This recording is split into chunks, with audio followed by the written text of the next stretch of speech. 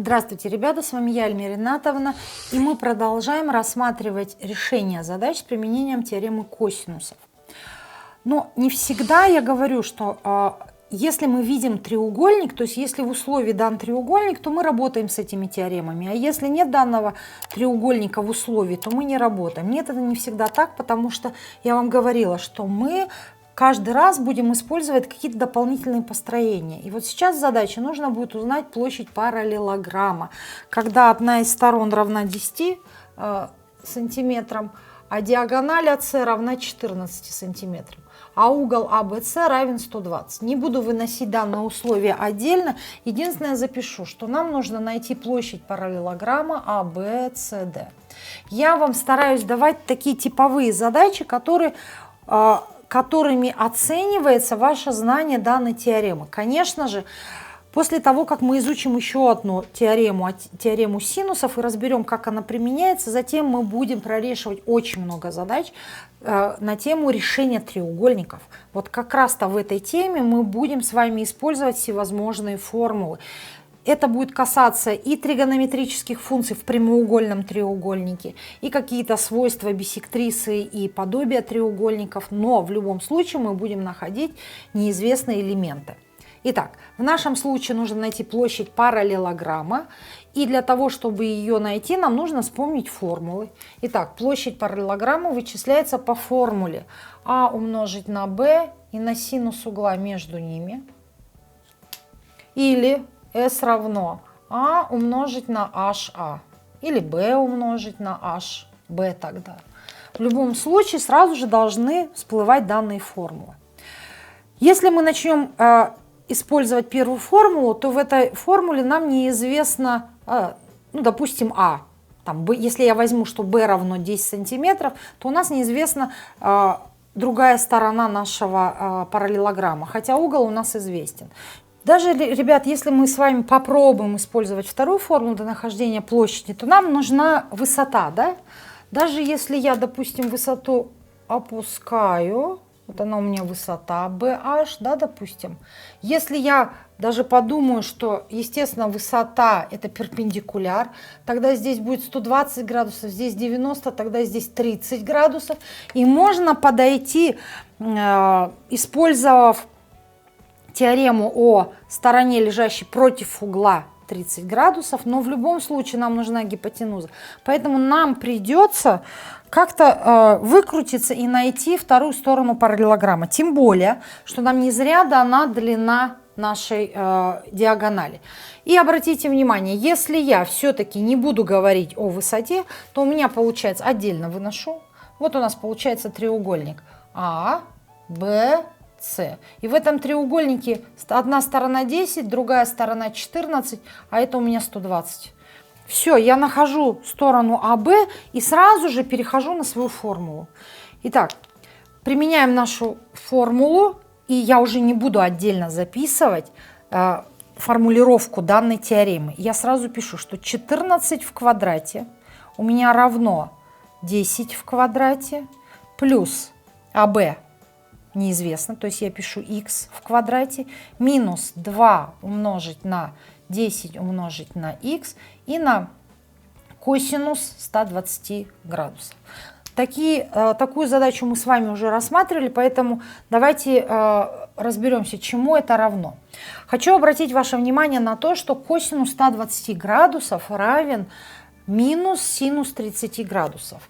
И такие позиции вы запоминаете. Конечно, в разделе алгебры вы уже изучали, как высчитывать косинусы, синусы углов, которые больше, чем 90 градусов.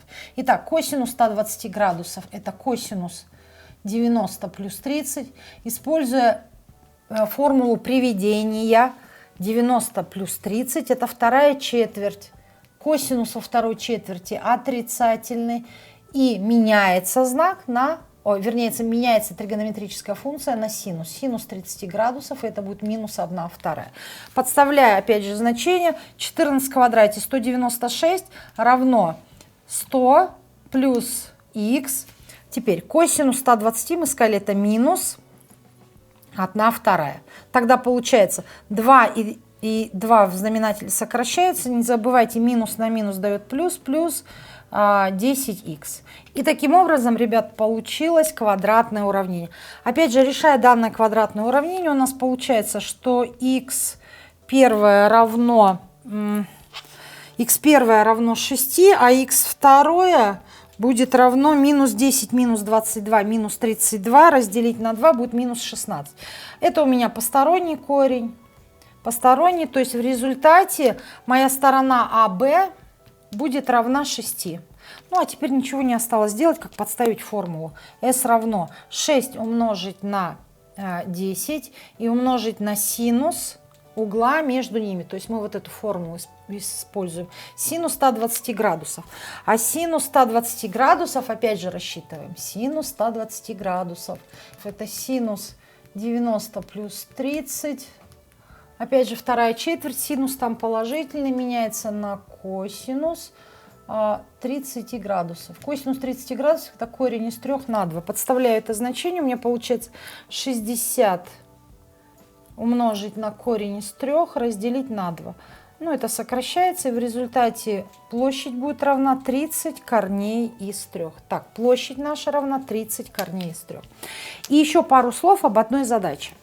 В этой задаче дано, что в треугольнике ABC, допустим, ABC, одна из сторон равна 5 сантиметрам, другая 4, и дан синус угла между сторонами. Дан синус угла.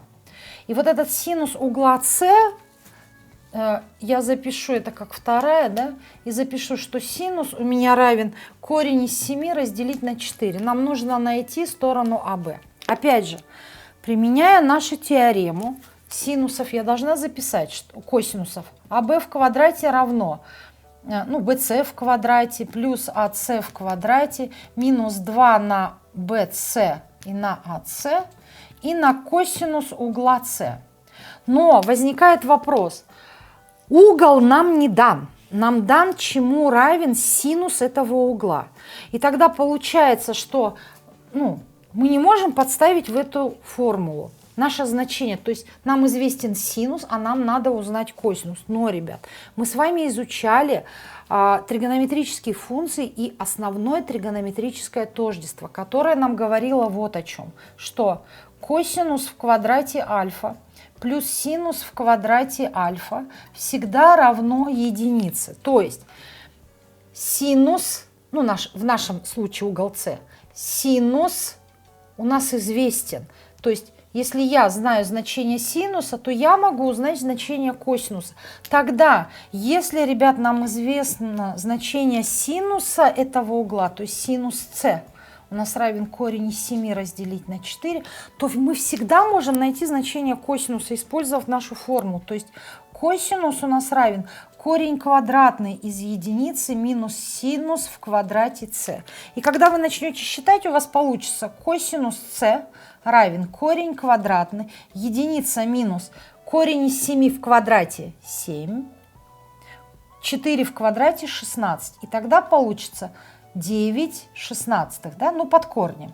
Но единственное, что эти значения могут, косинус С может быть равен как 3/4, так и минус 3/4, да. То есть это будет значение как 3/4, так и минус 3/4.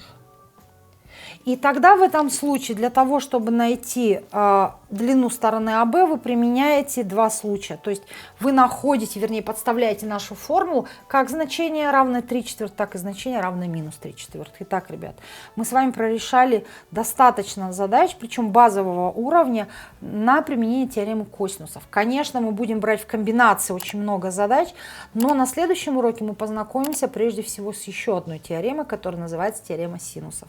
А на сегодня урок подошел к концу. До свидания, до новых встреч.